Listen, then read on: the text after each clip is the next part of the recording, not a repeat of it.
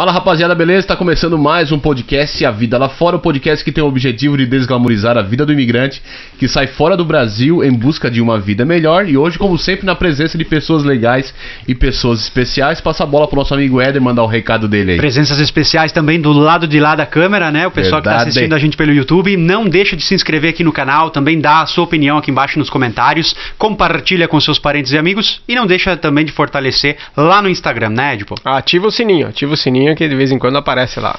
O pessoal publicou mais um vídeo no YouTube. Isso aí, uma vez por semana estamos lá. É isso aí, toda quarta-feira, você fica ligado. Hoje nós temos aqui um consultor técnico do Tribunal de Milão, tradutor juramentado português e italiano, para quem precisa traduzir documentação brasileira, expert em cidadania italiana, não é o tal do achismo, aqui é expert mesmo. Tem um escritório no centro de Milão desde 2017 e já está na Itália há 15 anos. Estamos aqui com Renan Contarelli. Seja bem-vindo, Renan. Fala, Renan, seja bem-vindo. Bem-vindo, Renan.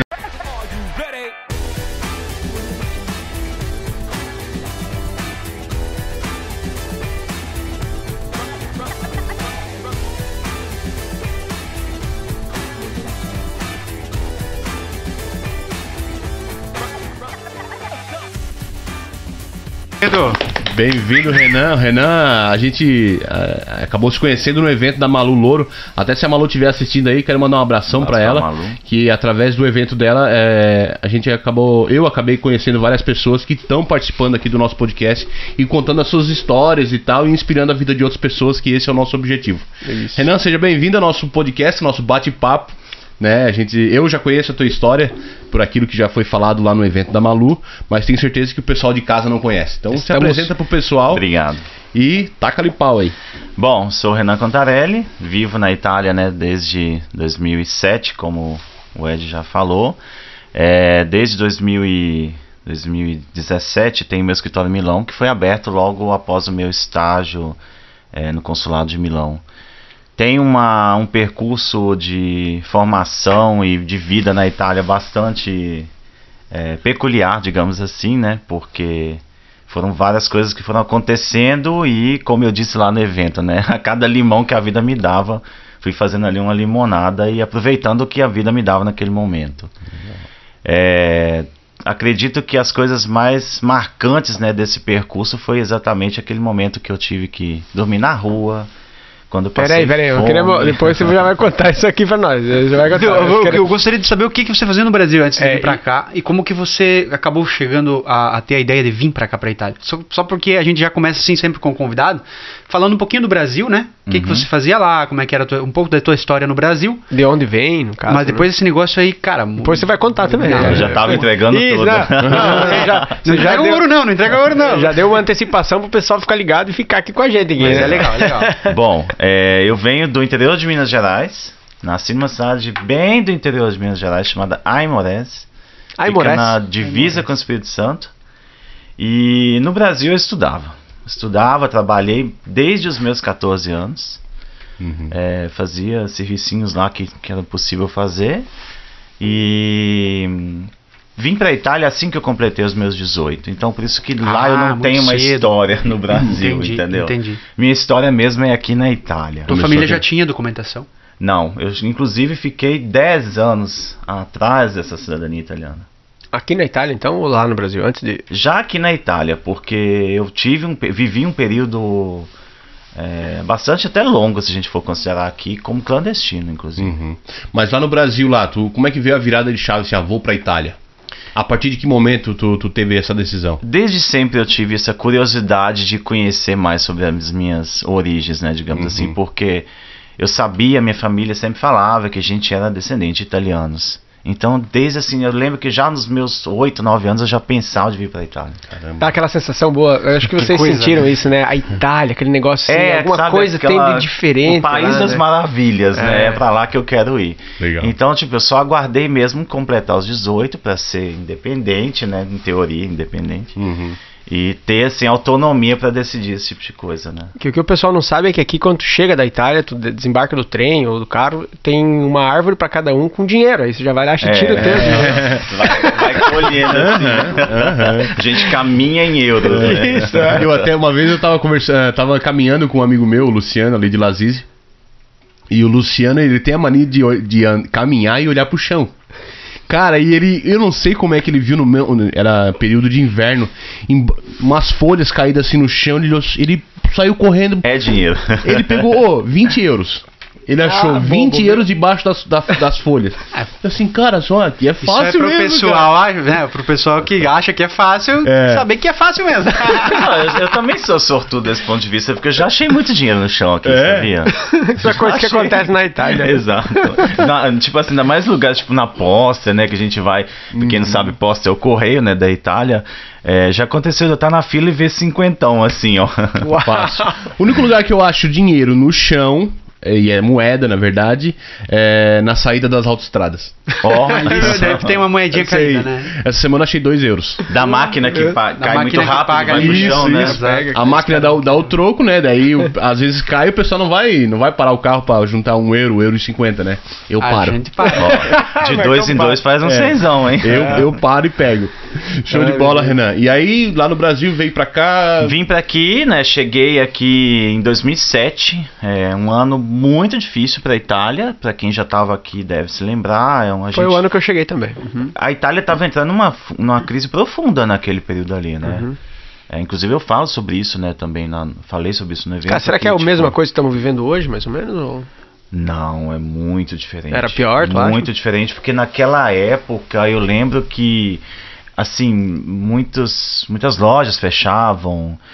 Tinha, assim, realmente muita dificuldade até mesmo de comprar alimentação, entendeu? Os produtos muito caros, muita gente perdendo emprego, foi terrível. Não sei se também porque foi o meu primeiro ano, né? Tinha acabado de chegar, então a percepção que eu tinha era tudo amplificado, né? Digamos assim. Era tudo demais, era tudo triste, era tudo nostálgico, né? Então talvez é isso também, mas do que eu me lembro foi um período muito difícil. Eu cheguei a ver pessoas procurando comida em lata de lixo, entendeu? Caramba. Então, assim, as senhoras, uma coisa que marcou minha vida pra sempre. Chegando aqui, tu foi pra onde? Como é que tu se virou? Cheguei em Milão. Tu tinha algum amigo aqui? Tinha uma pessoa que eu conhecia aqui, e ela era muito próxima da minha família, e eu vim, né, ela me ajudou a chegar, a me estabelecer e tal. Só que aí dali depois tem toda uma sequência de problemas, né? Os perrengues da vida. Até porque chegar aqui, fica, como tu falou, já mencionou aqui, né? Ficar aqui sem documento por tanto tempo é complicado, exato, né? Tipo, hoje, se eu tivesse que reviver tudo, eu faria tudo de novo, mas de forma muito mais organizada. Planejada, no caso. Planejada. A primeira coisa que eu faria seria estudar o italiano antes de vir, porque se você chegar aqui sem saber italiano, você vai conseguir se você tiver garra, né, vontade. Já é uma dificuldade que as pessoas... É um déficit ali, né? Já chega aqui sem falar o italiano, já é um problema, né? Porque competir com quem sabe o italiano já significa que você tá fora. Então já é um problema. O planejamento já começa por ali. Já começa pela língua italiana. É a primeira coisa, na minha opinião. Depois também um planejamento econômico, porque eu cheguei aqui com 800 euros. 800 euros. Hoje eu viveria talvez uma semana, tá entendendo? Entre todos os custos que eu tenho. Então... seria muito difícil viver hoje. Tudo bem que a realidade hoje é outra, né? São 15 anos. Mas assim, talvez 800 euros era muito pouco dinheiro. E o euro já era uma moeda forte. Eu acho que não é que desvalorizou, não é que nem pensar o real há 15 anos atrás. Mas sim, houve é como se você chegasse hoje com 1.500 euros, talvez. Exato. Porque não é que triplicou, quadruplicou o valor do dinheiro. E 1.500 euros hoje não é dinheiro que fala, caramba, tô mudando pra Itália, né? Realmente. Eu acho que vale a pena também lembrar que as pessoas que estão dispostas a vir pra cá ilegalmente, elas... indiretamente elas estão se disponibilizando a serem como que se fala, desvalorizadas no trabalho que elas fizerem. Porque se você estiver ilegal aqui, automaticamente as pessoas vão acabar te pagando menos por aquilo que você faz, fazendo você fazer mais horas, fazendo com que você, enfim, todo aquele direito trabalhista, né, que o emprego legal te proporciona. Sim, aqui você uma série de garantias, uma série de garantias. Né? Enfim. Você pode acreditar que não vai ter, né? Isso é verdade. Inclusive, né, eu tive um percurso, como eu disse, muito, que eu diria em italiano, travagliato, foi bem difícil, porque eu fiz de tudo. Eu limpei, fiz faxina, cuidei de velho, eu trabalhei como ajudante de açougueiro, eu fiz panfletagem na rua, eu rapei painel em feira cheio de gesso, de tudo. Tudo que aparecia eu tinha que fazer, porque era o único modo de sobreviver. E quando você não tem documento, né, que as opções são muitas. Tem que pegar o que tem, Tem que pegar o que tem. E aí depois você vai desenvolvendo, você aprende italiano, você aprende a se locomover, você aprende onde ir procurar as coisas, entendeu? Tudo isso vai te moldando, né, digamos assim. Assim, o nosso podcast ele tem realmente esse objetivo de dar essa desglamorizada na vida do imigrante, né? Porque todo mundo acha que viver fora do Brasil, ir para a Itália ou ir para os Estados Unidos é mil maravilhas, e as pessoas se baseiam muito para aquilo que elas vejam em redes sociais, né? Hoje em dia, beleza, pode postar uma foto legal e tal, mas nos teus bastidores ninguém sabe o que realmente tu passa, né? Exatamente. Então a gente tem essa Roma, esse objetivo que é realmente dar essa desgourmetizada, né, na vida do imigrante. Pouco também acho que é própria culpa nossa, né? Porque a gente nunca vai publicar ali uma foto lavando uma panela, lavando uma panela, uma foto ali privada, trabalhando no dia de domingo. Não, a gente publica que a gente tá no Lago de Garda, Lago de Iseu dando uma volta, tá no restaurante comendo uma coisa bonita e gostosa, mas tem muito sacrifício por trás, né? Eu trabalho constantemente e faço horas assim absurdas. Ontem eu saí do escritório, eram 9h40 da noite. Caramba. E eu tinha chegado lá bem cedo. Então, tipo assim, quem vê o glamour ali todo não sabe o que tem por trás, né? Tipo assim, quanto sacrifício tem. Quantos domingos eu já trabalhei. Feriados.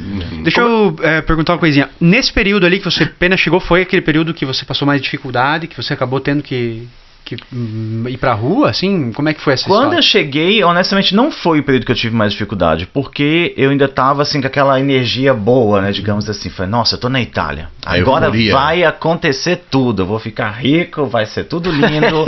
Eu tô num país maravilhoso. Ai, cara. Só que aí, depois, começa a vir a saudade, a falta da presença dos amigos, da família, da sua zona de conforto. Teve preconceito?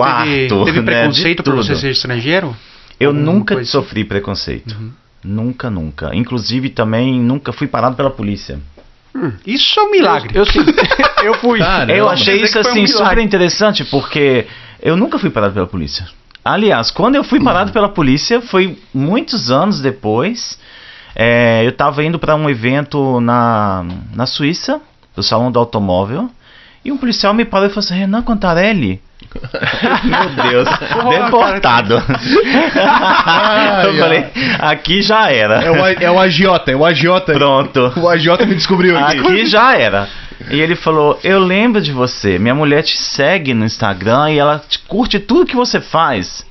Eu falei, nossa, eu cheguei até dei aquela suada assim, né? Eu falei, então é coisa boa.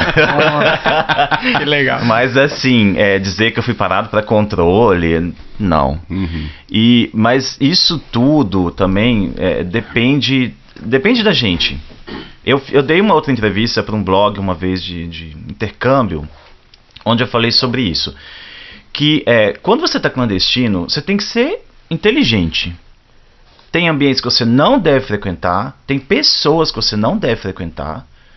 Isso faz total diferença naquele momento que você está vivendo. Porque se você sabe que você tem situações que você não pode também se permitir, por exemplo, vou subir num ônibus.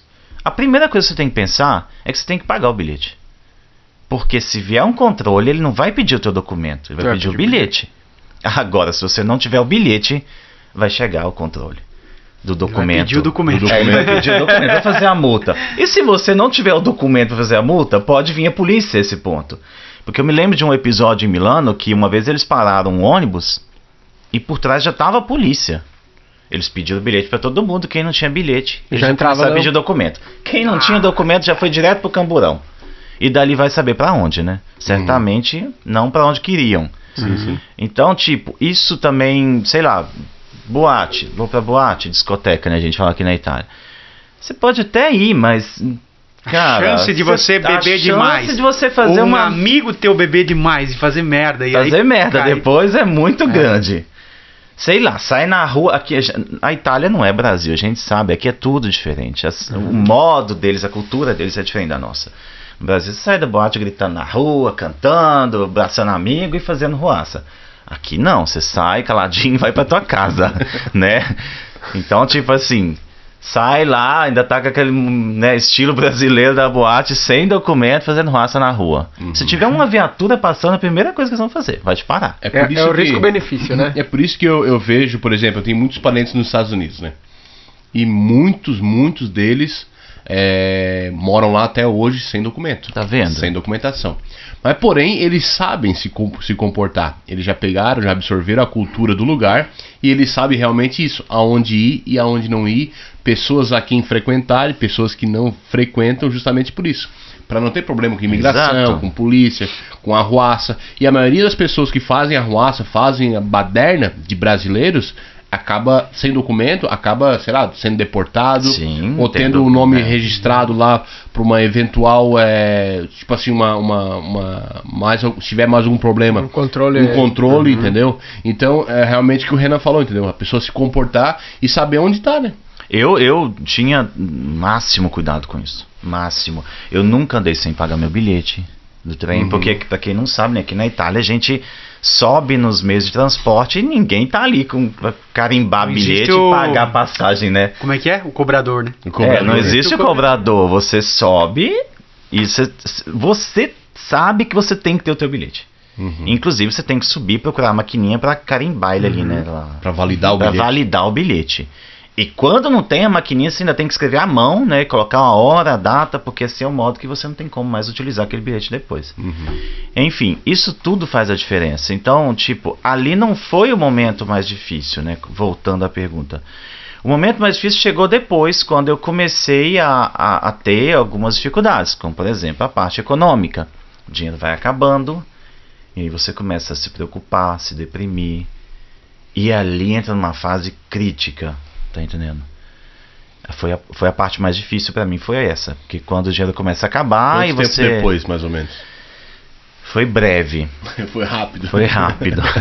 Eu acredito que, tipo, eu cheguei em julho, foi mais ou menos chegando mais perto do Natal, assim. Caramba. E olha que eu, tipo, esse dinheiro eu fiz ele durar, né? Porque fez render. Eu cheguei, eu pagava... Ali também foi um erro, tipo, você tem que buscar entender como funcionam as coisas na Itália antes de vir. Hoje, para uma pessoa pagar 250 euros num postoletto, para quem não sabe, né, pagar uma vaga dentro de um quarto, já é caro, mas é um valor assim abordável. Sim. Na época, 250 euros por um postoletto era muito caro. É como se fosse o dobro hoje. É como se fosse o dobro de hoje. Então eu devia ter... A quem me trouxe, eu deveria ter me orientado sobre isso, né? E não, me levou porque a pessoa só pensava no seu próprio conforto, então pegou um quarto e eu fui junto. Só que aquela não era a minha realidade na época. Não poderia ter pago um quarto. Então você calcula que, né, 250 em 3 meses já foi 750. E com o que você vive com 50 euros? 50 euros você vive em um mês, mas se você for assim... Macarrão e alho todo dia. Isso, já foi mais. E aí já começou a trabalhar desde o começo? Não.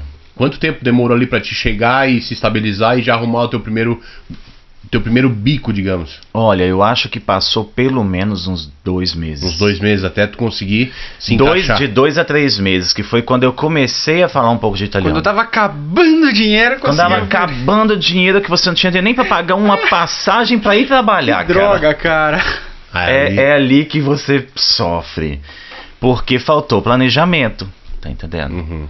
Talvez se eu tivesse ido para uma vaga de 180 que tinha na época, que eu me lembro, já mudava até de 150. Dormia no corredor da casa de alguém, entendeu? Mas pagava pouco, 150 já era, sei lá, 6 meses, entendeu? Era bem diferente. Já teria um pouco mais de tempo para se adaptar, né? Em vez, não, fui direto para esse. Um pouco também uma insegurança na língua, você ficou, né, pensando, né? Eu entendo. Cara, eu pagava isso aí também, eu pagava 200, nós éramos em 4, dividia, entendeu? E eu fazia a primeira compra todo mundo fez junto. E que foi uma experiência pra mim, foi negativa, porque eu não queria comprar iogurte. Nem eu lembro dessa história. Entendeu? Pô, pra mim queijo era jogar dinheiro fora na época, porque eu queria economizar. Então, a partir daquela compra, eu paguei a minha parte e falei, ó, a partir da próxima compra eu quero fazer a minha. Eu passei tipo o mês com 30 euros. Era o mínimo do mínimo do mínimo, mas era macarrão, duas coisinhas. Eu tive essa experiência também, que a pessoa com quem eu morava comprava só em supermercados caros. A gente sabe que na Itália existem aqueles baratinhos e aqueles mais caros. O mesmo macarrão que você come do Esselunga, você come do Penny Market, né? Sim, sim. Custa metade, peraí. Custa metade, peraí. Então, sim. Tipo assim, na época, tinha que ter tido mais cuidado com isso. E querendo ou não, né, no começo faz diferença. Faz muita diferença. Faz diferença, porque tu chega do Brasil, tu tá com pouco dinheiro, tu começa a converter a moeda, muitos convertem a moeda, né, o euro pra real, e aí tu vai no mercado, vai no outro, tu vê a diferença de preço. Sim. Então, ter cuidado com essas coisas. Tipo assim, aqui na Itália existem muito os volantino, né, que são aquelas... os panfletos. Os panfletos do supermercado que trazem ali todas as ofertas. Na época você não tá fazendo nada, não tá trabalhando, não tá estudando. O mínimo que você pode fazer é ter cuidado com esse tipo de coisa. Né? Ficar observar onde tem ofertas para você comprar mais barato. Mas assim, outras coisas também, como por exemplo, você tem que ir trabalhar uma semana no endereço tal na cidade. Se você compra um bilhete todo dia, um de ida e um de retorno, fica muito mais caro que você comprar aquilo que a gente chama de settimanale, que é o bilhete que vai durar a semana toda. Então tudo isso... são macetes que tu acaba economizando, né? Tá entendendo? Se você conhece, você consegue. Se você não sabe nem falar a língua, você fica com medo de chegar no guichê e falar com a mulher. Como é que você nem sabe como é que fala semanal? Tá como é que você vai atrás disso? Tipo assim, mas também depende de quem tá te ajudando ali naquele momento. Isso também. Ô Renan, e nesse período tu já tava atrás da documentação? Desde que eu coloquei o pé na Itália. Já tava Porque eu sabia que aquilo ia condicionar todo o resto, né? Tipo, ter cidadania italiana condiciona tudo. E tu ia fazer com consultoria ou sozinho? Tu quis fazer com consultoria ou sozinho? Eu não tinha condição de pagar uma consultoria. Então eu tinha que fazer sozinho. E daí também vem depois o interesse por esse mercado, né? Por esse setor em si.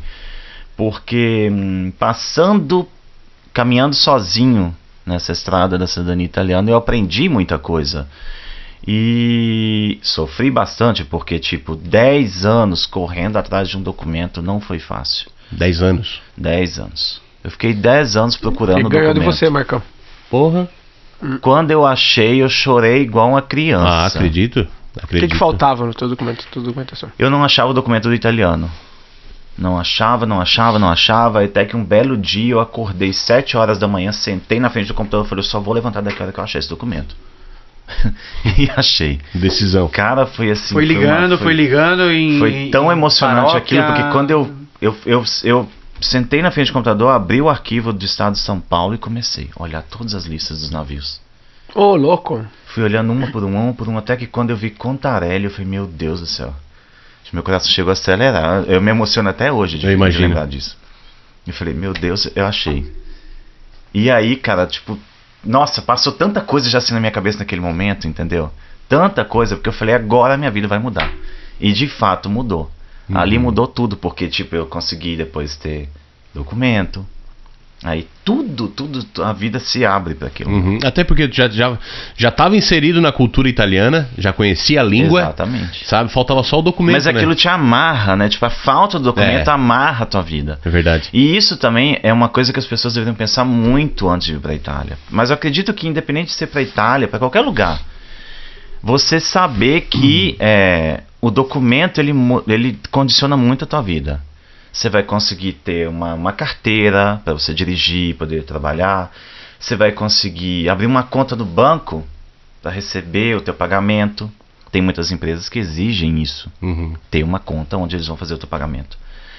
Você vai conseguir estudar, então você vai evoluir na vida. A gente não percebe isso, né? Porque para nós hoje é tudo automático, né? Automático. Como a gente fala em italiano, é tudo os contatos. É tudo assim, parece que é normal. Mas pra gente que hoje tem documento. Renan, na época tu não tinha essas portarias, você não pensou em fazer um permesso de trabalho, alguma coisa assim? Uma coisa alternativa? A gente sai do Brasil com aquela ideia que... peço um visto de estudo e fico lá, né? Exato. Geralmente pena que a gente não sabe que o visto de estudo você já sai do Brasil com ele. Então não é que você pode chegar na Itália e falar, vou fazer um visto de estudo. Quantas pessoas já me procuraram para fazer visto de estudo? Puxa vida. E é um banho de água fria, né? Que você fala, caramba, não pode. E agora? E eu nunca pensei nisso, mas na verdade também eu não tinha condição, entendeu? Não tinha condição. Eu sou os trabalhos não eram trabalhos assim. Eu sou aquele clássico clandestino que veio pra Itália achando que ia ficar rico. Show. Mas daí, cara, show cacete, né? Não, foi um show de horrores. Show de horrores. Renan, tipo assim, depois do segundo, terceiro ano, tu ia fazendo os bicos, como é que tu ia se virando pra comer, cara? Como é que tu pagava a conta? Eu fazia tudo que acontecia, tudo que tinha, tudo que podia. Chegou a fazer o que eu tive uns amigos que moravam em Milão, porque Milão é outra vibe, que é bem diferente. Tipo, os guri lá, eles recolhem copo nas discotecas. Só recolher copo. Você vai lá, sabe que tem 1000 pessoas dentro de uma discoteca e o teu negócio é caçar copo e levar lá. Basta. E ganha por noite. Frio, entendeu? Muitos trabalhavam assim. Mas brasileiro, tipo, 20 brasileiros que moram em 3 apartamentos, faz só isso. Sabe? E chegou a fazer alguma coisa desse jeito, alguma coisa assim? Trabalhei muito em feira. Feira? Feira. O que você fazia? Artesano em feira, que é a feira do artesão, né? Que tem todo ano em Milano. Que inclusive é a feira aquela ali grandona, que vem em todos os países do mundo, que dura uma semana. Ah, entendi. Ah, na feira na Milano. Aquela feira do artesão, aquela de Natal. Lindíssima aquela feira. O que você fazia ali? Trabalhava como garçom. Garçom? Garçom, trabalhava cuidando da sala, servindo. Sempre em restaurante, então? Você sempre quebrou? Trabalhei em restaurante cubano, brasileiro. Já trabalhei em tanta coisa, cara. No latino-americano, não sei se vocês chegaram a conhecer, que tem em Milano também. Não, no período do verão. Feira, uma festa, né? É uma espécie de feira. O latino-americano, ele agora dura até 3 meses. Porque reúne todos os países do Latinoamérica, né? E tem shows, tipo, brasileiros que vêm, Ivete vem sempre, Carlinhos Brown, entendeu? Essa galera aí brasileira vem, faz o show e você entra, é como se fosse uma espécie de villaggio, como é que a gente diria em português? Hoje o meu português está perdido. Seria um vilarejo. Um vilarejo, né? Tá ali, você entra naquela espécie de vilarejo e ali dentro tem tudo, restaurantes brasileiros, os artesãos brasileiros, mas de todos os países da Latinoamérica. Eu já trabalhei muito ali. Sempre como garçom. Mas assim, o que aparecesse eu trabalhava. Eu trabalhei como vendedor em lojinhas de brasileiros, entendeu? Complementando o que tu falou no começo, né? Dormiu na rua, morou na rua. Como é que foi essa história? Essa história foi um dos momentos mais difíceis. Porque foi assim, como eu disse, né? A sequência de tudo isso. Quando a um certo ponto o dinheiro começa a acabar... Não tem família, não tem amigo, não tem nada, né? As pessoas tendem a olhar só para o dinheiro. Você se torna você é descartável. Em bom português é isso. Caramba. Triste, mas realístico. Você é descartável. O dinheiro acabou, a pessoa simplesmente olhou para minha cara e falou, sinto muito. Aquela é a porta. Putz. E aí, cara, foi assim, foi terrível. Mas é uma experiência que me fortaleceu muito. Eu digo. Eu acredito que esses perrengues, essas pancadas que a vida dá, né? Esse soco no estômago que a vida dá, tu acaba aprendendo muito. Eu simplesmente fui parar no olho da rua. Quanto tempo tu ficou na rua, tendo que ficar na rua? Cara, eu fiquei 2 noites só. Mas eu nunca fiquei, quer dizer, o cara nunca dormiu na rua, o cara assim, não sabe, né? Eu te falo, tente um dia sair no inverno, porque eu fiquei no inverno, e fala, eu vou ficar na rua. Pra ver quanto tempo você consegue ficar. Eu acho que se você ficar 2 horas é muito. Porque você não consegue, te bate um desespero. E se você não tem pra onde ir? E ainda mais quando você não sabe exatamente o que vai acontecer depois dali. Tipo, como é que você tinha? Então na época, na hora que você foi, você não tinha um lugar que você ia daqui 2 dias? Tipo assim, você não tinha na mente, história é muito complexa pra contar em um podcast, entendeu? Mas assim, eu praticamente jogado pra fora e eles ficaram até com as minhas roupas. Foi assim, jogar pra rua e quase que fui até roubado. Aquilo ali foi um roubo, então foi uma violência. Então, tipo assim, eu saí com a roupa do corpo, com a bateria que eu tinha no celular naquela época, que quando eu cheguei não existia nem essa facilidade, ou smartphone, internet, comunicação. A gente usava Infostrada para ligar pro Brasil, não sei se vocês lembram. Cal Plus, que eram uns cartãozinhos, você ligava, enfim. Não tinha comunicação quase zero com as pessoas que eu conhecia. E também eu não queria preocupar a minha família. Eu falei, cara, derrotado pro Brasil eu não volto. Isso aí eu tinha sempre na minha cabeça. Eu vou dormir na rua? Vou. Mas uma hora essa situação vai virar. E foi isso que me manteve assim vivo. Porque dali para fazer outras coisas era muito fácil, né? Quando você tá no desespero, você com certeza. Você cai na droga, você se suicida, você se prostitui, você faz qualquer negócio, rouba, entendeu? Você rouba, dali o passo pra merda é muito fácil. É um borderline, né? É ali. Exatamente. É o confim. Você tá ali, ó, em bílico, né? Pra cair pra um lado ou pro outro é muito rápido. Tá em cima do muro, né? Você tem que ter muito, você tem que estar muito focado. E até ali, graças a Deus, eu tive uma cabeça muito firme no que eu queria. Sempre centrada no que eu queria. Eu falei, eu não vou voltar pro Brasil derrotado. E ali acaba também aflorando a tua resiliência, né? Aquilo ali me deu força. Aquilo ali me estruturou pra ser hoje tudo que eu consigo fazer, entendeu? Pra ter o que eu tenho. Foi muito difícil dormir na central, no meio dos mendigos, no chão. Tá entendendo? Lá na estação central. Eu lembro que teve um momento, cara, que foi o momento mais dramático, que eu acordei assim com os caras me sacudindo, entendeu? Eu acho que eu tava tendo uma convulsão naquele momento, porque tava saindo sangue do meu nariz. Tava muito frio e eu tava com a roupa muito ligeira. Passei fome. Quem tava te sacudindo? Os caras, os próprios... Eram os caras daqueles ali, daqueles caras que fazem socorro, fazem ajuda durante a noite? Caramba. É aquilo ali. Passei fome. É tudo muito difícil. Muito difícil. Eu acredito que... Mas assim... Como é que você saiu dessa? Você ligou pra conhecer alguém? Ligou pra alguém? Lembrou de ligar pra alguém? Cara, eu tava perambulando na rua de dia, porque eu tinha que achar uma solução para aquela situação. E eu não tinha lugar para ir, então eu falei, vou caminhar. Até mesmo porque ficar ali parado me matava, me corroía por dentro, entendeu? Porque toda aquela situação ali nos mendigos, aquele mau cheiro, enfim. Comecei a caminhar. E a hora que eu desci assim no metrô, cara, uma mulher me parou. E parece que ela viu assim por dentro de mim o que estava passando. Ela falou, você é brasileiro, né? Eu falei, sou. E você tá indo pra onde? só Deus sabe. Aquela mulher me levou pra casa dela. Que legal. E me ajudou em tudo. Tu vê, né? Foi ela que te abordou. Foi ela. E ali tudo começa uma nova fase na minha vida. Eu li num livro, eu não vou lembrar agora qual foi o livro que eu li, mas as pessoas têm essa coisa assim dentro delas de ser boa com o próximo, de ser boa com o próximo. Até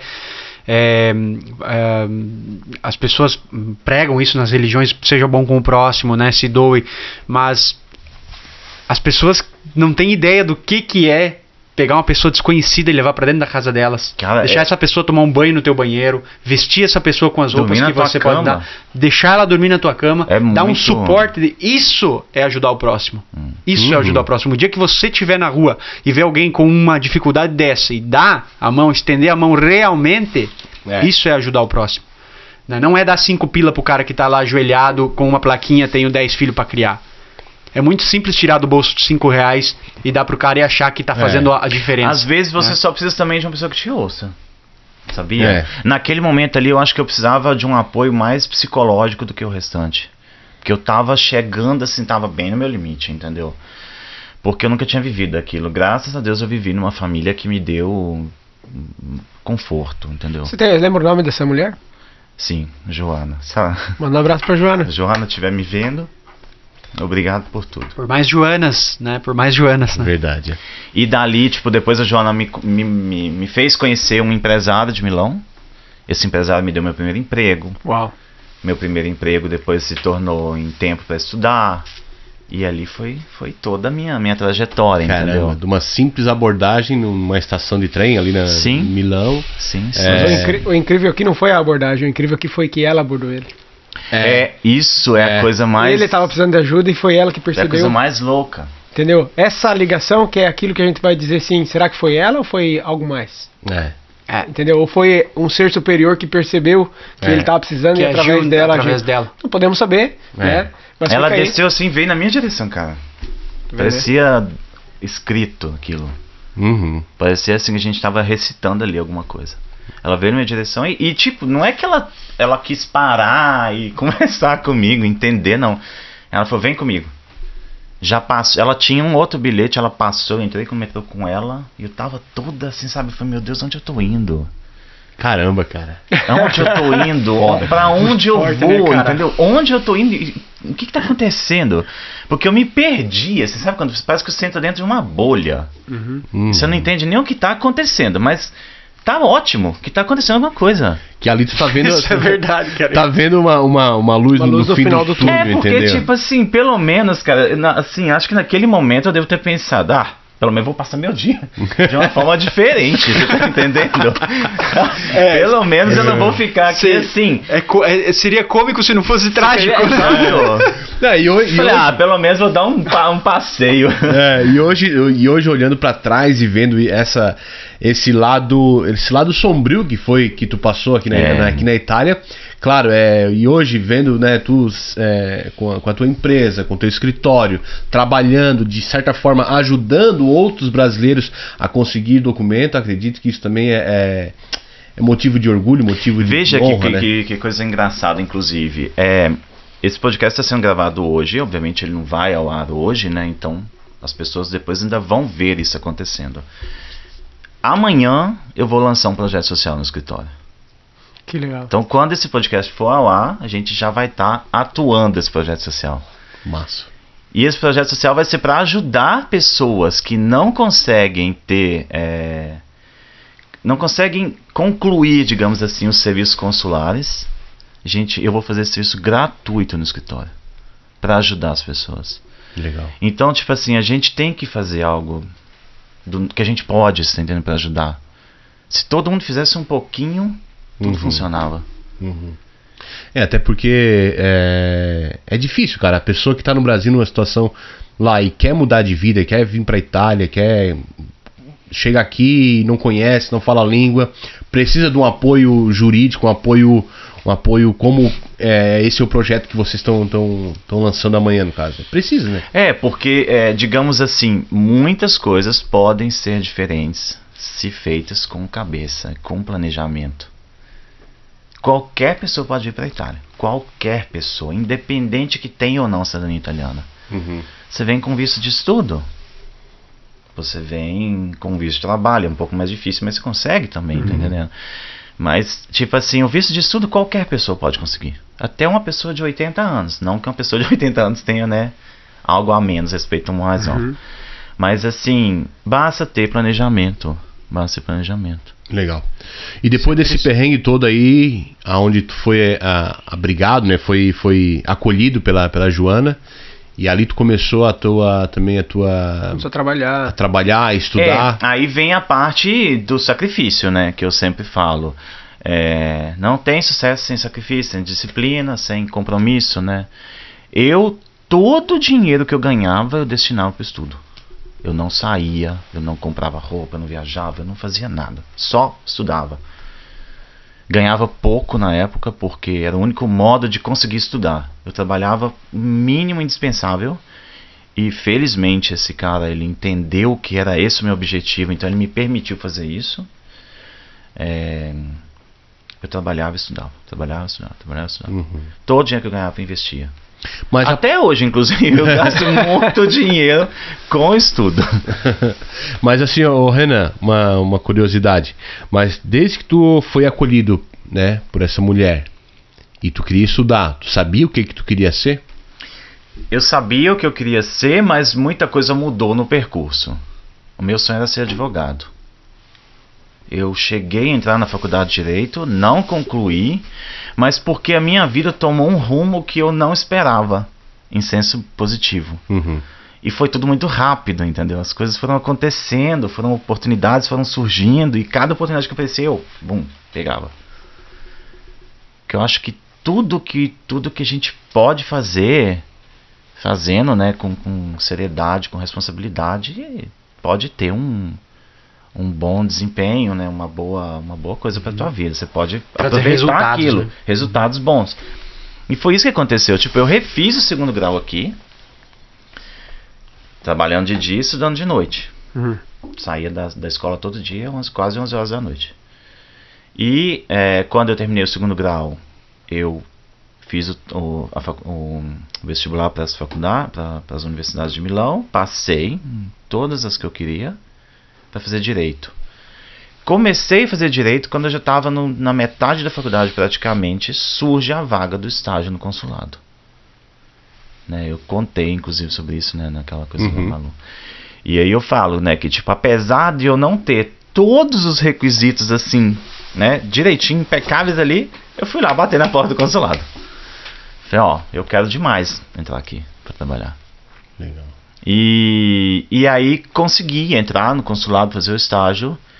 Quando eu estava ali dentro, eu vi a oportunidade de abrir algo para mim, que era o que eu sempre quis na vida, né? Trabalhar para mim e abrir o escritório. Escritório de tradução juramentada. De tradução juramentada. Só que, tipo, o tradutor, ele... não sei porquê. As pessoas têm uma ideia, assim, meio que equivocada do tradutor. Eles acham... As pessoas tendem a achar que a gente sabe quase que tudo, entendeu? O tradutor, ele é advogado, ele é contador, ele é médico. Ele resolve tudo. Ele resolve tudo. Porque ele traduz, então talvez ele sabe tudo. Não é assim, gente. Mas a gente tem que também ser, digamos assim, esperto em aproveitar essa situação. Eu, pelo menos, pensei dessa forma. Eu falei, poxa, quando, por exemplo, uma pessoa fizer cidadania italiana, ela precisa do tradutor. O tradutor é a primeira pessoa que ela vai passar, né? Que ela tem que traduzir a documentação brasileira para apresentar para os órgãos italianos. Então por que eu não tenho que entender de cidadania italiana? No momento que eu estudo essa matéria, que eu domino ela, aquilo ali pode me trazer outros trabalhos. E aí você acaba que vai, tipo assim, vai unindo uma coisa a outra. E no final tem o que eu tenho hoje. Um escritório que se ocupa do início ao fim do processo. Legal. A gente te assessora do início ao fim. Eu sou tradutor, mas eu também sou experto em cidadania italiana. E, consequentemente, outras coisas relacionadas à documentação. Por exemplo, se a pessoa precisa fazer a retificação lá no Brasil, vocês se encarregam disso também? A gente faz. Se ela precisa de apostilar um documento no Brasil, a gente faz. Se ela precisa de achar o documento dela na Itália, a gente faz.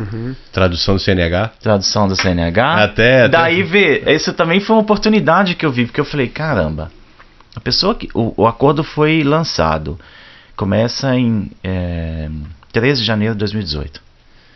Por que eu vou ficar aqui perdendo tempo esperando outra pessoa fazer quando eu posso fazer esse serviço? A primeira pessoa que o cliente vai procurar para fazer a conversão vai ser o tradutor. Porque ele depende da tradução para converter. Tradução é ele ali, ó. É o cara que faz a tradução. Eu tenho um amigo que é dono de uma autoescola, tá ali do lado do meu escritório. Primeira coisa que eu fiz, fui nele e falei, vamos fazer uma parceria? A gente presta um serviço de excelência. O cliente vai ser seguido do início ao fim com excelência. Até lembrando que o Renan, no evento da Malu, foi sorteado uma tradução de CNH. E quem ganhou foi eu. Mas como eu já tenho a minha CNH italiana, a gente fez uma... Não foi um sorteio, né? Foi a pessoa que primeiro comentasse no stories que eu tinha feito na época. E quem ganhou foi um cara que tá no sul e já fez a tradução e ele tá fazendo também a conversão, se eu não me engano. Sim. Ele entrou em contato com a gente, né? Através de você. Foi. E no mesmo dia já fiz a tradução dele, já mandei, já recebeu e tá legal. Pra vocês verem que aqui não tem Xuxo. Não tem. Não tem lero-lero. Beleza, então. Fazer uma pequena pausa, daqui a pouco a gente volta. Beleza. Fechou?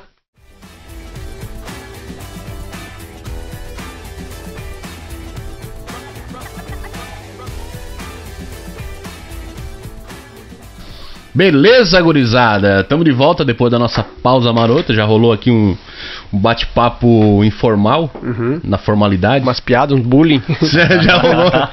Já rolou uma... Se queixaram da vida. Já rolou uma tiração de sarra aí, né? Normal. Mas vamos voltar então para bater esse papo com o Renan, que saiu lá de Milão para vir conversar com a gente. Contar um pouco sobre o escritório dele, né? E os serviços que ele presta. Bom, no escritório, obviamente, nasce como escritório de tradução, né? Nosso cavalo de batalha ali é isso, tradução. Mas um dos serviços que a gente presta e vem prestando assim com excelência mesmo é também a conversão da carteira brasileira para a carteira italiana. Desde que o acordo entrou em vigor, né, aqui na Itália em 2018, a gente vem realizando o processo de conversão já realizamos para centenas de brasileiros. Acho que a gente já está superando quase os mil convertidos. E tudo aquilo que é relacionado à cidadania italiana. Né? Só para deixar bem claro para o pessoal que está em casa, esse acordo entre Brasil e Itália sobre a conversão da carteira de motorista, né? A CNH, ela tem um prazo de validade, né? Ele é válido, ele vai estar em vigor até dia 3 de janeiro de 2023. No caso, então, são 2 anos que teve esse acordo. 4 anos. 4 anos. Foi 2018? 2018. 13 de janeiro de 2018, 13 de janeiro de 2023. Legal. A gente ainda não sabe se vai ser ou não renovado. Recentemente eu tive uma reunião com o nosso embaixador em Milão para tentar trazer novidades sobre isso, mas infelizmente certos assuntos são internos, então ele deles, falou que estão trabalhando sobre isso, mas não me deu muitas... E a parte parte consular, isso é o cônsul. O cônsul que vai atrás disso, ou é uma questão mais política? Na verdade, quem se ocupa desse tipo de assunto é a Embaixada de Roma. Tanto é que ele, inclusive, quis esclarecer isso para mim. Mas disse que recebia ali todas as minhas lamentações, os meus pedidos, né? E que seria transmitido tudo para a Embaixada de Roma. Até porque você está na linha de frente, né? Diretamente conectado com o pessoal, com o cliente final, que é o brasileiro no exterior. Exatamente, né? Digamos que eu sou uma espécie de filtro. Porta-voz, posso levar ali porta-voz, né? Para o consulado, que as pessoas pedem a respeito desse tipo de serviço e outros também, né? O interessante esses grandes verem que realmente tem uma demanda, né, para isso. Porque às vezes o cara aprova a lei e vive a vida dele ali, não vê que está acontecendo e realmente tem uma movimentação muito grande. Como, por exemplo, essa questão que a gente não consegue converter todas as categorias, né? Isso foi uma questão nova, né? Isso foi uma questão que eu levei para eles, né? Que tipo, os argentinos, por exemplo, eles convertem todas as categorias. Nós convertemos só A e B. E quem tem acima é declassado. Não é justo, né? É uma coisa assim. São questões políticas, né? Já vieram, já me perguntaram também, porque pessoas que são no Brasil e tal. Meu irmão, por exemplo, é caminhoneiro no Brasil e a carteira dele é aquela AE, se eu não me engano. AE. Então, aí ele perguntou pra mim sobre essa conversão. Mas eu sei que se fizer a conversão aqui na Itália, ele perde as categorias. Ele vai ter só a B. Carro até 3.500 quilos. Moto até 125 cilindradas e até 9 lugares. Acima disso já tem que fazer... dirigir uma van e acabou. Uma van e basta, entendeu? Sim. E também nós, agora, como eu disse, né, no início, estamos com um projeto social que a gente vai colocar, né, agora... Amanhã quem precisar, como é que faz assim para pessoa que está pensando assim, não, eu acho que não tenho condições, gostaria de participar, como é que faz? Então, veja bem, a ideia é de transformar esse projeto social um projeto um pouco mais amplo, digamos assim, vai além da questão de ajudar essas pessoas que precisam de realizar serviços consulares, não cobrando delas os honorários do escritório. Além de fazer isso, a ideia que eu tive foi, em vez de eu pedir um honorário, eu vou pedir uma doação de alimentos. E esses alimentos serão inteiramente repassados para uma associação que ajuda brasileiros em Milão. pessoas que estão em dificuldades, como eu já estive um dia. Legal. Isso é genial. E essa associação, ela não ajuda somente brasileiros, eles ajudam todas as etnias, na verdade, né? Todos os países. Então, como é que é o nome da... Associação BEM, do Grupo Brasileiros em Milão. Show de bola. Eu já convidei a Elisângela para vir participar com a gente também de um podcast, de um episódio, realmente para contar essas histórias e contar a história dela também de vida. Inclusive eu já recebi cesta básica e tenho muito orgulho de ter essa recebido. Mulher é a presidente da associação. Sim. Então, tipo, eu amanhã tenho uma reunião com o embaixador de novo, onde eu vou apresentar esse projeto. E a ideia é essa. Você vem, você precisa. A única coisa que eu espero que as pessoas tenham é um bom senso, tipo, de deixar esses lugares, porque infelizmente não tem possibilidade de atender todo mundo, que eu tenho certeza que vai ser muita gente que vai precisar. De deixar esses lugares para pessoas que realmente têm dificuldades, né, de acessar um computador, não sabe como funciona, pessoas realmente leigos, né? Isso é uma realidade muito forte. Eu fui 2 vezes já no consulado fazer uma... como é que fala para procuração. Procuração. Muito obrigado, Marcos. Fazer uma procuração e as pessoas não... Primeiro, tinha pessoas lá de 50... Tinha pessoas de 60 anos, tinha pessoas de 40 anos que não sabiam mexer no computador e não faziam ideia de que tinham que levar um pendrive com a modelo da procuração que eles estavam precisando, pré-pronta praticamente, né? Porque ali eles só botam insere os dados e imprimem, assinam e carimbam.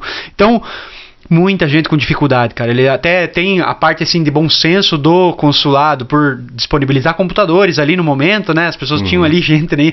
Mas muita gente sem saber o que fazer, cara. Eu vai lá, bate com a cara na quando eu trabalhei no consulado, que eu fiz o meu estágio, eu me ocupei também dessa parte. Na época que eu trabalhei lá, tinham dois computadores que ficavam lá na frente, na área do público ali, né? E eu ajudava as pessoas a preencher os formulários no MRE, que é o site, né, do Itamaraty, para poder fazer o pedido do passaporte. Então eu já tenho uma certa experiência com isso. Eu quero colocar toda essa minha experiência, toda essa minha bagagem, né, à disposição dessas pessoas, só que a gente precisa que tenha que prevaleça o bom senso. O bom senso. Porque talvez um rapaz jovem como você, como o Ed, né, o Marcos, obrigado, tem mais facilidade, né, ou pelo menos praticidade, né, em acessar um computador e com um pouquinho de insistência chegar ao final ali e conseguir fazer o resultado. Uma senhora que talvez não entende, né, minimamente de computador, não vai saber. Então, de deixar o lugar para essas pessoas. E a essas pessoas o que eu peço é uma doação de alimentos. Acima de tudo agora nesse período de Natal, né, que a gente vai se aproximar aí de uma fase que já todo mundo fica assim meio melancólico, né? Essas pessoas que vão estar em dificuldade vão ter a oportunidade de receber ali talvez uma cesta daquelas que a gente compra aqui na Itália, sabe? Aquelas caixinhas que tem tudo, um pouquinho de tudo. Sim, uma cesta básica, é um presente aquilo, entendeu? Num momento tão delicado como para todos nós estrangeiros que vivemos fora do nosso país. O Natal ainda receber um presente desse, acho que vai ser uma coisa bem legal. Renan, tira uma curiosidade minha, claro que a Elisângela seria a pessoa ideal para falar, mas tu já pode também dar um spoiler sobre isso. Existem brasileiros aqui na Itália passando necessidade do jeito que tu passou? Sim. Sim? Existem. Porque eu não conheço tantos casos como esse, entendeu? É porque talvez vocês moram em uma realidade um pouco diferente, né? Milano sendo uma metrópole. Uma metrópole ali, né? Tem uma quantidade muito maior de brasileiros que no final podem chegar à situação que eu cheguei devido à falta de planejamento e blá blá blá. Aquilo que a gente já falou. Mas assim, no caminhar na rua, assim, você observa a quantidade de pessoas na rua. Não, assim, generalizando mesmo, não falando só sobre brasileiros, mas existem uma camada de pessoas que tem que ficar na rua, porque eu penso assim, aqui faz 5 graus abaixo de zero, né? Aqui faz 10 graus abaixo de zero no inverno, tem vezes que, né, bate temperaturas bem preocupantes, assim. Existe um trabalho social da parte de Milão, assim, que você como cidadão observa, né? Sim, por exemplo, a associação, essa associação presta serviço a essas durante pessoas o período, rua, né? Acima de tudo, na parte do período invernal, a associação sai durante a noite para levar comida, alimento para pessoas nas ruas. Durante a pandemia, a associação BEM, ela ajudou mais de 1.000 famílias com cestas básicas. Caramba, cara. É um número enorme, assustador se a gente for pensar assim. Não é tão divulgado, não é que é divulgado, mas eu não sabia, entendeu? Eu não tinha essa consciência que existiam tantas pessoas brasileiras. É que tudo meio que nasceu também durante a pandemia. A associação nasceu ali durante a pandemia. Um grupo de pessoas se levantou e falou, vamos ajudar esse pessoal. Legal.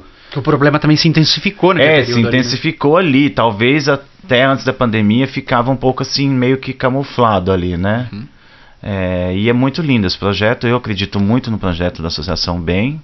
Tenho ajudado, conversar com ela, porque bem interessante. Tenho ajudado eles e esse projeto do consulado nasce para ajudar o pessoal do bem. Legal. Que também ajuda pessoas que precisam, as pessoas precisam de ter acesso aos serviços consulares. Sim, até porque, se a pessoa já está faltando o que comer, imagina serviços consulares e honorários com pessoas que fazem a parte burocrática, com certeza isso seria... Sim, é bem complexo, Uma pessoa que não tem mínima cultura jurídica ali também, né? Se você fala com uma pessoa, você tem que trazer a minuta para mim da procuração. Minuta. O que é minuta? Eu seria uma delas. A pessoa não sabe, e simplesmente é o texto da procuração. Mas talvez ela lê minuta, ela não entende. Então, são pequenas coisas que vão fazer a diferença. Disso tem muito, né? Ainda mais se você pegar um documento em italiano, escrito numa forma juramental ali, uma forma jurídica. Um texto jurídico já é difícil em português, imagina em italiano. Mas acima de tudo também entender exatamente o que precisa ser feito, para não ficar, como a gente fala, né, dando murro em ponta de faca, né? Tá ali assim, perdendo tempo com coisas que... E o problema também, assim, que a gente tem com documentação em geral, são os vencimentos, as modalidades como devem ser feitas, entendeu? Então tudo isso é o nosso objetivo, ajudar essas pessoas. Infelizmente, como eu disse, vão ser poucas vagas, mas porque eu não tenho como absorver toda essa necessidade. Eu espero que outras pessoas se levantem, assim como eu, para ajudar essa classe de pessoas, a nossa comunidade. A gente está ajudando a nossa comunidade, entendeu? Legal. E de brinde, a gente ainda vai ajudar pessoas que estão passando necessidade próprio de alimentos, entendeu? Básicas. Isso me deixa muito orgulhoso. Show de bola. Ô Renan, lembrando que as redes sociais do Renan vão ficar aqui na descrição do vídeo, e também vou pedir pro Samuca colocar também as redes sociais ali da Associação Bem. Né, da Elisângela e tal também. Pessoal que tiver interesse, claro, usando o bom senso sempre, né, para entrar em contato com eles, se estiver passando por alguma necessidade, tanto burocrática ou então básica como alimentos e tal. Eu acho que é legal salientar isso. Sem vergonha, pessoal. Pode entrar em contato, que o que for ao nosso alcance a gente vai ajudar. Show de bola, Renan. Renan, morando aqui há 15 anos na Itália, cara, o que tu mais gosta aqui na Itália? Essa é a pergunta. O que mais te agrada aqui na Itália? Será que é a comida? Dá pra ver? A pizza. Não provei a da Basede ainda, mas a pizza certamente é uma das coisas que eu mais gosto. Cara, eu amo esse país. Em todas as suas formas. Desde o clima, a comida, a cultura, tudo. Eu acho que eu nasci pra viver na Itália. Porque eu realmente amo a Itália, amo os italianos, né? Amo a cultura deles, eu amo tudo, cara. Aqui. A Itália é linda, é apaixonante. Claro, fazendo a pergunta daquilo que tu gosta, daquilo que te agrada e aquilo que não te agrada aqui na Itália. Não vale dizer burocracia. Porque eu já tô nela, né? Burocracia ele não vai dizer, porque ele trabalha com burocracia. Ele adora. Ele tá mergulhado, né? Já. Pra mim é cotidiano, né? O que eu não gosto da Itália? Ou algo assim que tu também te desagrada de alguma maneira. Que tu mudaria, Cara, eu sei que eu não posso dizer burocracia, mas infelizmente a gente chega sempre ali, naquele ponto. Porque eu acho que na Itália a gente perde muito tempo, e isso me incomoda bastante, com burocracia. Não pode falar burocracia, eu queria achar outro termo, mas sim, vamos dizer assim, funcionários públicos que dificultam o óbvio. Ineficiência do serviço público. A inércia do funcionário público. Porque aliás, eu sei o que mais me incomoda na Itália, tá vendo? Conversando a gente sempre chega no ponto certo. O que mais me incomoda na Itália, acredito, seja o fato de manhã chegar e ter um funcionário, de tarde ter outro. Essa rotatividade entre eles gera um prejuízo enorme para a gente, acima de tudo de tempo. Porque de manhã você fala com uma pessoa, por exemplo, você vai num escritório público fazer um documento, de manhã tem uma, de tarde tem outra. Se você tem que voltar, aquela pessoa vai perder tempo se atualizando, entendendo o que é aquilo. E você também perde tempo, você tem muitas vezes até bater boca, porque você tem que explicar e talvez aquele tinha te dado o direito, aquele vai te negar, isso tudo, cara, vai depender terrível. O humor da pessoa na hora, né? Essa coisa também de não ter assim uma uniformidade em tudo que a gente faz. Porque o tamanho da burocracia abre margem. Esse é o meu setor, eu trabalho com documentação, eu convivo com isso o tempo todo. Então isso me incomoda bastante. Porque quanto maior a burocracia, mais abre margem para interpretações. Interpretação pessoal. Que a pessoa fala, preciso da marca da bolo aqui. A outra não pediu. Já aconteceu comigo isso. Tá vendo? Isso aí me incomoda muito, muito, muito, muito. E também assim, por exemplo, a falta de... Eu considero de respeito quando você tem que ir em um lugar, eles não te avisam que o local tá fechado e fecham assim, né, do nada. E você chega lá e fica com cara de paisagem, tá entendendo? Isso é terrível.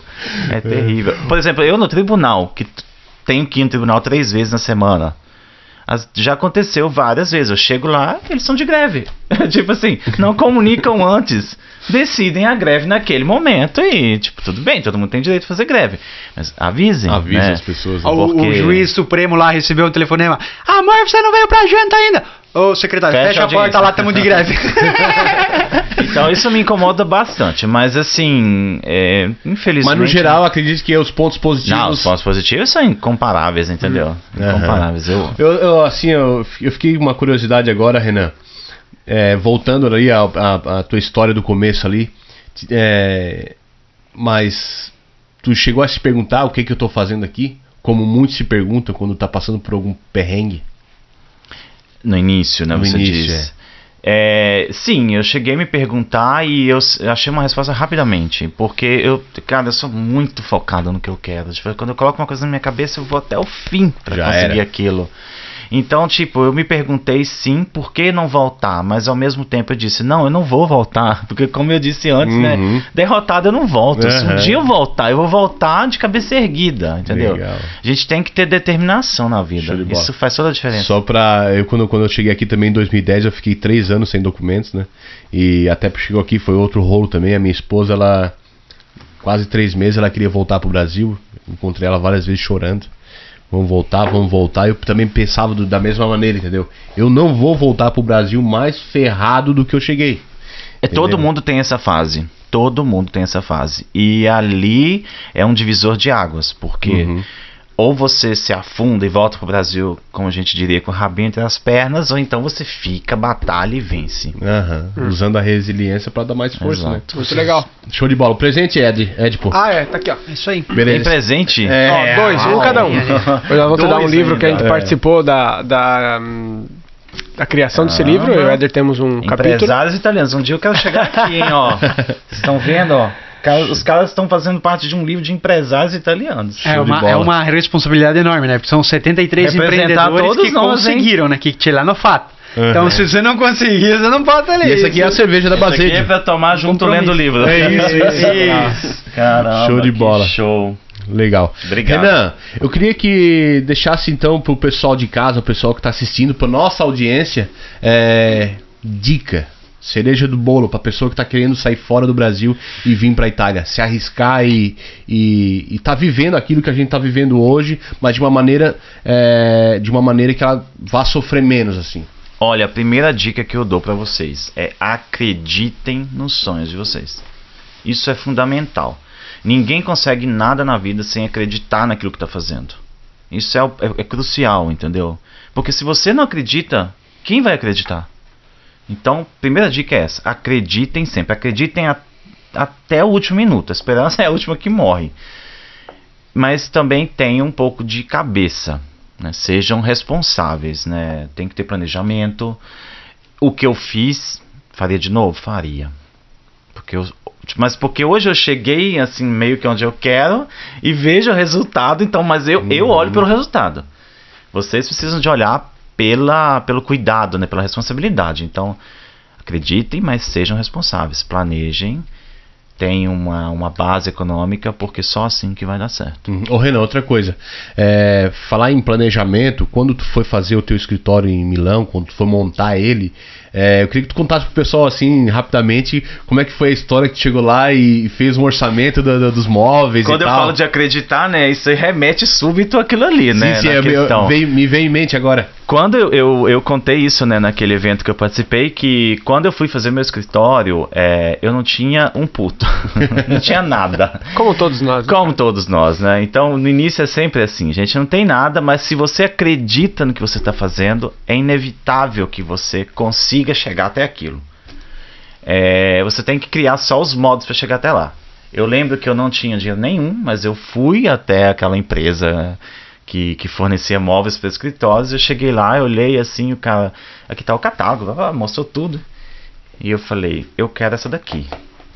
Era a linha presidencial, a mais cara e mais bonita do catálogo. de móveis pro escritório dele, né? Pro meu escritório. E ele olhou assim pra mim e deve ter pensado, esse cara é louco. Esse cara é louco. Ele é muito louco, entendeu? E eu falei pra ele, antes que ele abrisse boca, eu falei, olha, eu não tenho dinheiro pra pagar isso tudo, mas eu tenho trabalho. Se eu confiar em mim, eu vou comprar e vou pagar. E ele olhou assim e falou, sabe que eu gosto de você? Porque você é sincero. E eu gosto de gente sincera. Eu vou te dar o financiamento. E ele permitiu que eu comprasse aqueles móveis. Eu comprei a linha presidencial mais bonita e paguei ela todinha, trabalhando. Fiquei curioso pra ver os móveis. Manda uma foto lá depois.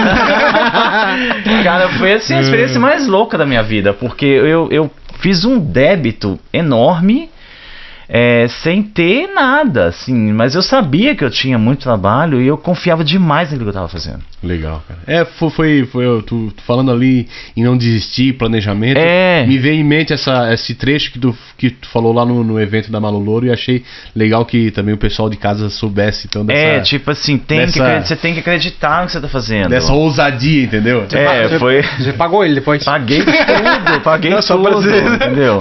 E paguei sem atraso, inclusive. Legal. E hoje, tipo, se eu for lá, ele me vende até a loja, tá entendendo? Porque eu fui tão pontual e assim, eu fui honesto com ele, né? Honestidade paga sempre.